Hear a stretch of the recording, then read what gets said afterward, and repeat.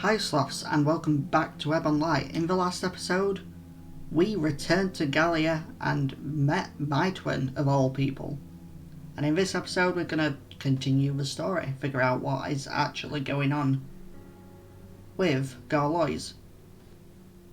And on the set screen I don't think anything's changed. I think maybe our cunning went up just a tiny bit, or a little bit. I have no idea, I can't really tell, but let's continue, shall we? Finally, Ecarae weaved in between us and approached Mietwen, holding a piece of parchment out to her. She took it, opened it, glanced at it briefly, then held it out to me. Let's just take it, I suppose. I took the parchment from her. Opening it up, I was met with hastily written Elven, woefully beyond my ability to decipher. Duliae took it from me. You will sign that. And when you are called, you will testify before an assembly of the king, the prince, and the other generals, that this statement you will sign is true. You and my husband are connected by this madness. Connected? Do you hear his thoughts? Why would I? There are some tales that those afflicted share a mind. I do not hear his thoughts. Yeah, I don't hear his thoughts.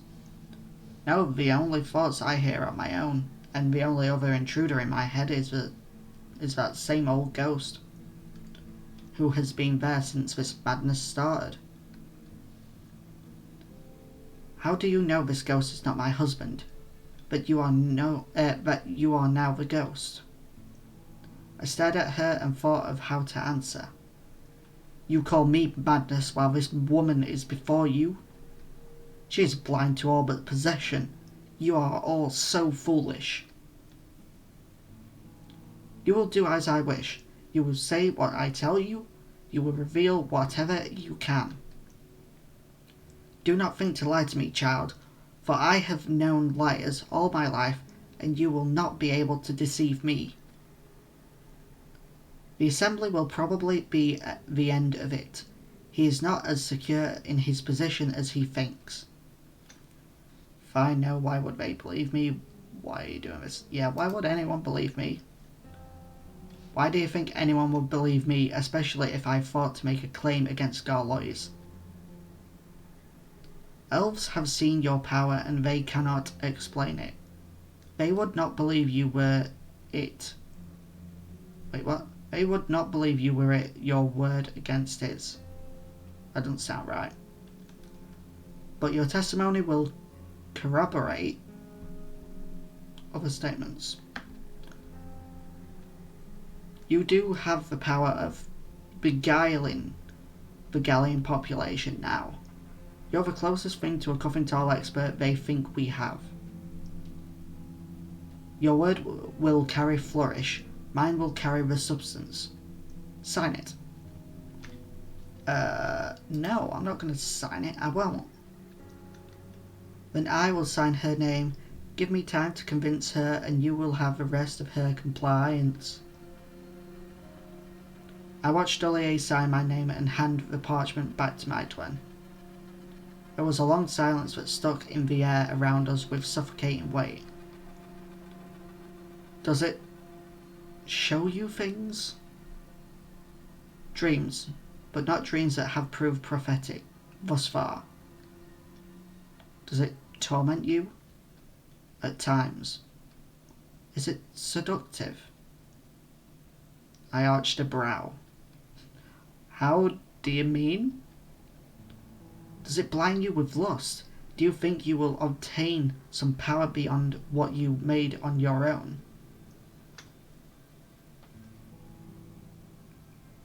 Well, it has made me more powerful already, but it already has. I am far more powerful now than I ever was before. She hissed angrily. I will send for you when it is time. You and Harren can live here when it is done. But If you do not do as I command, her gaze shifted to Haran, then I will find a way to make you submit. Perhaps I will release my rage on him and then you. Without further dramatic threats, the two assassins took their leave. I could still feel my skin crawling with their presence, as though my twin's stare was still lingering on me. I had expected an outburst of discussion from the elves afterwards, but instead there was only silence. Weary silence, elves lost in thought and disbelief. Haran, your grandmother.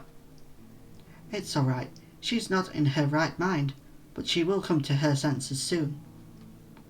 Because if she doesn't... Duliae, as he was so often, remained an exception. He had pulled a maid aside and after lecturing her about letting assassins into his dining hall, he told her to fetch a meal for us. I walked over to him, intent on getting a few questions answered. Duliae, I know you must be angry at me, but she was not going to leave until the statement was signed. We can deal with her once the knife is from our throat. I saw no knives at anyone's throats. He shot me a wry smile. We were just as completely at her mercy. It is not that I do not think you capable of protecting yourself, of wielding the Cuthintal'd when you need to. It is simply that we were trapped, and that even if you managed to kill her, Ecarae would kill her and Ecarae, we would have to escape the island before the island discovered them and turned on us. Despite their troubled marriage, Gawloyes would stop at nothing to avenge her if we had killed her. And we would have had to kill her to get her to leave with that parchment unsigned. I am sick of doing Duliae's voice right now. Ugh. How can you be so certain of everything? Oh, shut up, Duliae, stop talking. I hate doing this voice. Because if I had lived here all my life, I've heard tales of that woman from her childhood. She does not back down from anything, and nothing has managed to kill her yet. I'm sorry, Mavis. I hope you can believe that I did it to protect us all. Go away. What's she going to ask me to do? You knew, didn't you? Do you believe her? It's like, yeah, do you believe her? Do you believe her about Gawloyes? Duliae nodded. He has been teetering on the edge for some time. Desperation will drive man to do unspeakable things.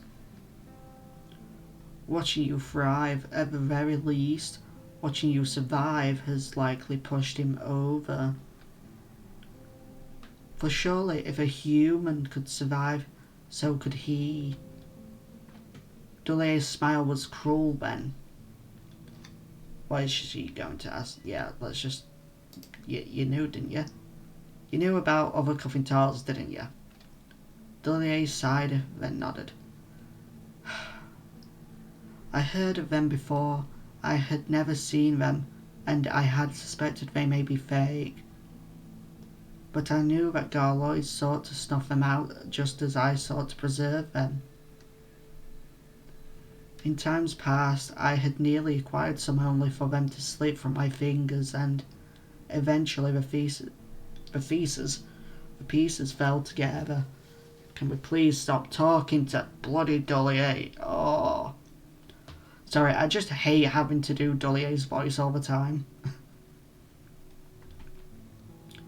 And I also don't like Duliae, just in general. I hadn't realised they were so common. They're exceedingly rare, darling. Don't fucking call me that, you creep. And that's the truth. It has been a most tedious search. Why didn't you tell me? There is a lot I don't tell you. Sometimes it's lost in dance, you see. What you must know to move forward, what might distract you and cost you your life, My hubris to filter information must be somewhat insufferable.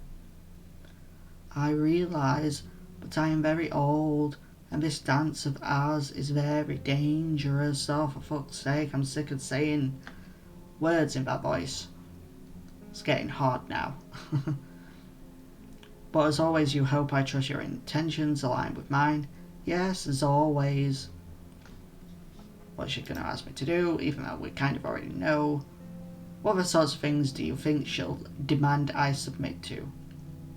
I don't know. Anything from testifying against her husband to laying down your life at her whim. Had Mietwen set her eyes on Gawloyes' position instead of Gawloyes himself, I do not think Gallia would have survived this long. Luckily, her affection for her husband is such that his less destructive rules reign. I can't be bothered to do his voice anymore, sorry. Though by what margin remains to be seen. She is a submissive wife? A quick grim chuckle escaped Duliae. In a sense, yeah. Though, could you imagine a man like Gawloyes with any other? He demands such unquestioning submission in all other areas of his life. Duliae shook his head. But it matters not. We agree to appease who we must or may, but we ultimately serve ourselves. You will not be forced to agree to Mietwen's will again if I have any say over the matter. Yeah, that's all. Let's get away from bloody Duliae.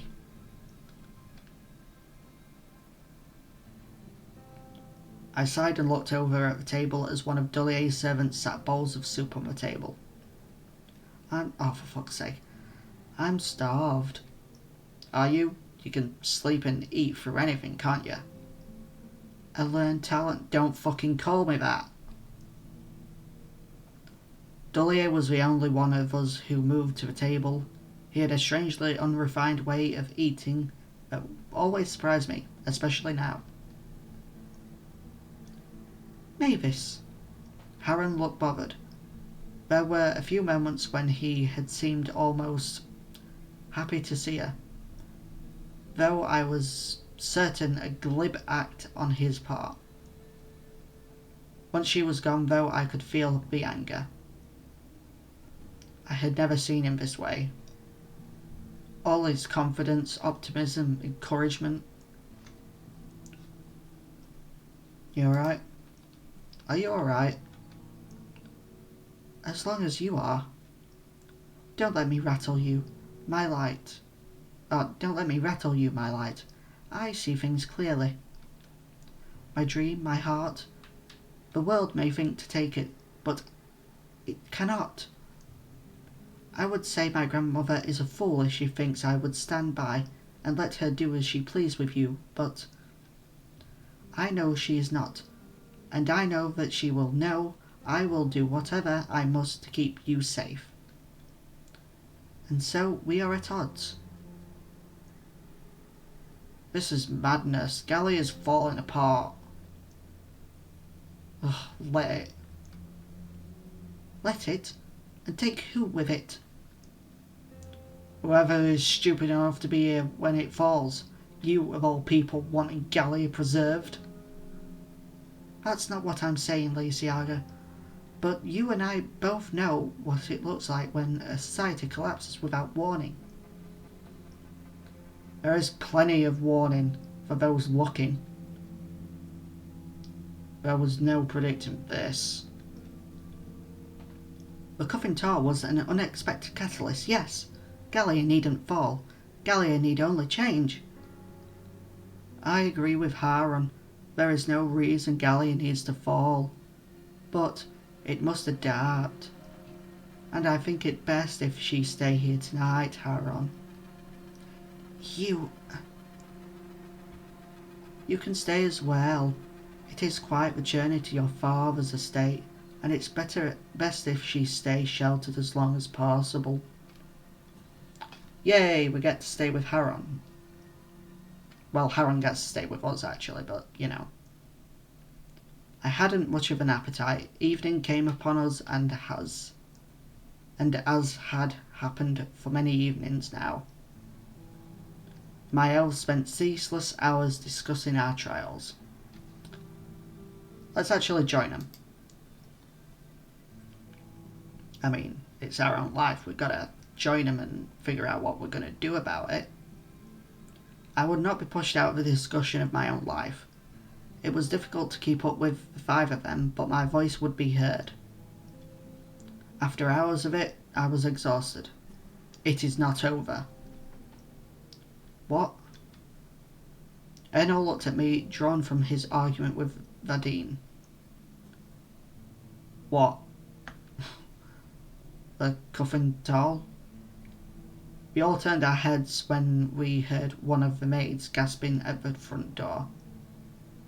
Was another commotion upon us? I shot a look at Duliae and gathered he had not expected any more visitors for the night. Still, when the door opened and revealed Gawloyes, I didn't think any of us were surprised. We had, after all, been expected to see him when we first arrived, one way or another. Gawloyes.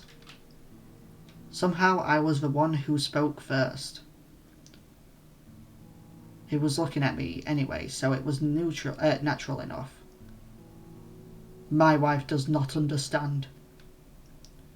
He did not seem as angry as he should have.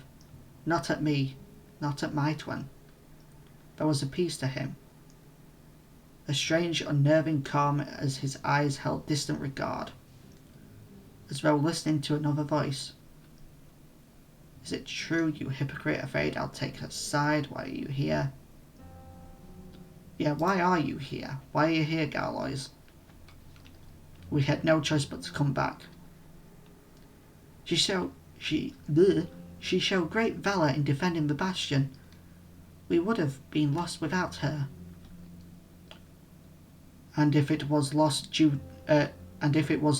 you suppose I would have been surprised? What? I am here to make you, Mavis, a counter-offer. Then let's hear it. Mavis, you will deny Mietwen's accusations, recount your statement, and testify that she threatened you to lie. How do you know about? Be quiet. I am offering you an alliance, bound as we are. You will assist me, and then I will you. How? Gawloyes needs to be brought to understanding. She'd said much the same thing. These secrets they hope to uncover are not for us. They are not salvations. They are not strong enough to resist temptation. And they are swayed by a plague that further blinds them. He shot Duliae a long, hateful look, and then returned his gaze to me. You recant your statement against me. You trivialize your power in public. Make it known that you feel out of control, and that you fear your mind slipping. Act as though it is all we feared it would be. And when it is done, you will leave in peace, alive. What about Mietwen? What about Haron? Deal, I'd rather help Mietwen. I won't be part of this. Yeah, what about Haron? And Haron? Haron will do as he pleases, as he always has. I have only... Be quiet. If he wishes to be with you, so be it. Good riddance, treacherous fool. And what about Mietwen? And your wife? What about her? How do you plan on handling... Don't concern yourself with my wife. I stared at him, thinking I was unlikely to get any other kind of answer. Unsatisfied, I dropped it. Yeah. If I do that, I won't be saving Gallia, but I'll be saving myself and Haron. I don't really... let's drag it out some more. I'm not going to suddenly be your friend after you tried to kill me. I'm not going to further your goals on this island. How Mietwen succeeds, I refuse to take any part of this about leading these. Yeah, if we say that, we're probably going to get killed, but might as well. It's time for someone better to take your place. Gawloyes needs a change. Fool. He exhaled heavily, surprisingly lacking in vitriol. I expected. His eyes were distant again. He turned and took his leave. I wonder who will grace us with their presence next. Maybe the king.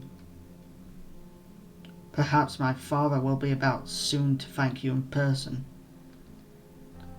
Duliae sighed, a smile plastered on his face that seemed more genuine than most. He was content with the bizarre day we were having.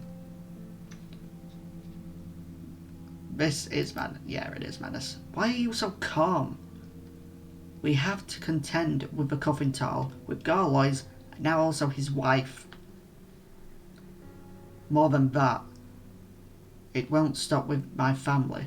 They lead the forces, and many, far more loyal than I, will fight to the grave alongside them. It will be chaos.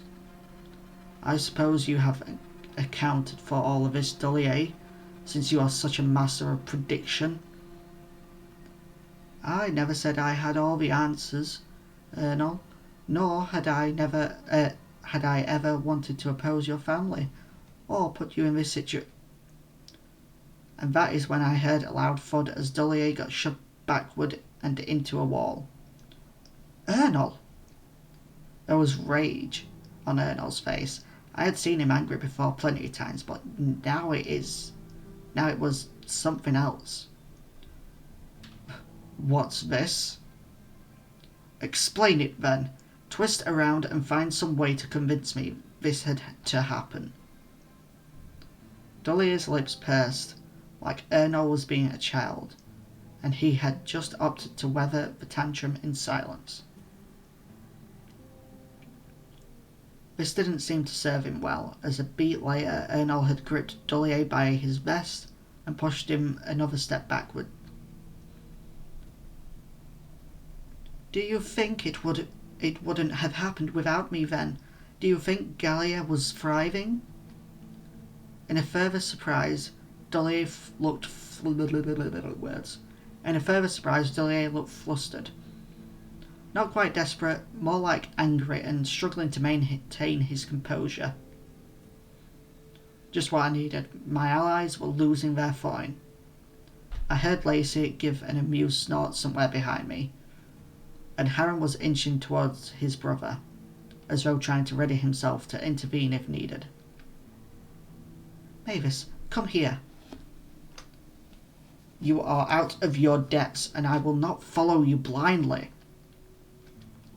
I have not asked for your blind loyalty. You have mistaken me for your grandfather. My grandfather is mistaken. I do deny that. You mean you don't deny that? Huh. He's wrong about Mavis. I have said this before. But you have manipulated this at every turn, haven't you?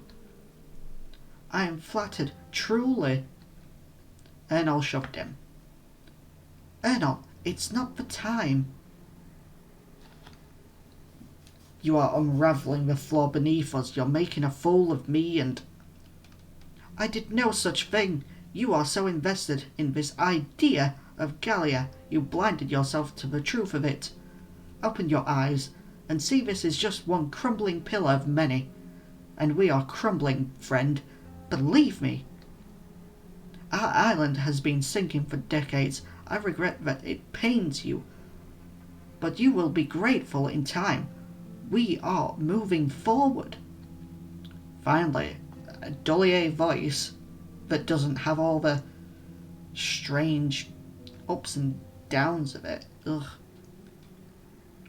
Okay, I kind of like it when Duliae is angry because it's not creepy. He's actually kind of cool. But when he's not angry, he's creepy and I don't like it. Also, his voice is a lot easier to do when he's angry. There was an icy silence following Duliae's statement, and I held my breath as attention hung still in the air. Then Ernol let out a frustrated, hateful sound and let Duliae go. He started marching for the halls. "We are all fools." And then he disappeared. Lacey broke the silence with a snicker, and I heard Haran exhale a heavy breath shortly after. Duliae was smoothing out his vest as I watched him curiously, wondering at how one like him would this slight.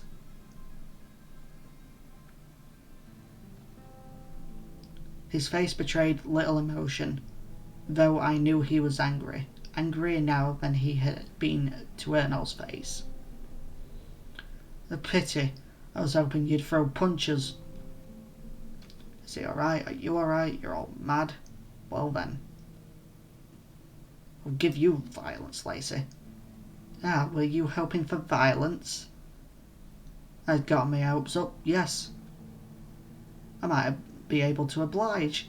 You and I have been due for another go at things, haven't we?" All the times I had fantasized about some form of revenge, and all the times I looked at him remembered how he brought me to the ship. He seemed to realize I was serious too, as his grin faded. Vadine stepped. That's 3 P's. You're not supposed to have 3 P's in the word stepped. Nope. Vadine stepped away from him. Then he grinned again, a different, more excited grin. "Really, Rabbit? Now? You want to do this now? Weren't you the one who was disappointed a moment ago? Now you're concerned about timing? Because the rigid air beating on the fragile merchant would have been an amusing sight. Duliae would not have been able to do more than cower. Similar, I think, to how it was when you and I met." "Lacey Arger, you're a fool. You cannot hurt her." "Well, she means to hurt me, Vadine." "Well, I think Mavis has more allies these days, Scout Lacey." Lacey scoffed. "Come on then, Mavis." "Yeah, let's Cuthintal'd him. Let's beat the shit out of him." I grinned and stood still. Flash of purple later, and it was thrown so far back he crashed into Duliae's table. Haran had winced. I think Vadine looked a little unsettlingly satisfied. As Lacey stood straight, a small groan escaped him as he gingerly reached for his back. "Ah, if you would, avoid such displays in my dining hall, really.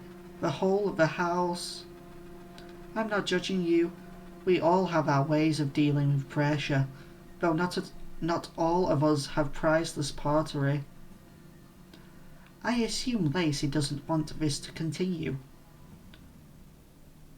"But does Mavis?" "Oh, she can do as she pleases. The Cuthintal'd has given you a bite indeed, Rabbit." I scoffed arrogantly. I couldn't help it. "It's been a long time coming." "I agree. Lock your door tonight, and your window. Nothing will happen, but it'll help you sleep better. If you can stand sleeping on solid ground after all of that at sea, that is." "She won't be here much longer, Duliae, and I'm not leaving until I leave with her." Yes, I've been forced to accept that." Haran took my hand and pulled me toward the halls. We were only a few steps out of the dining hall when my hand found its way to Haran's lips, and there it stayed until we arrived at my bedroom door. And then we had only just arrived at my bedroom door when my lips found his way to his. like you never left. Okay, I am going to end this episode there. Thank you so much for watching. I hope you enjoyed this episode. Please like and subscribe. It's always free. And I'll see you later.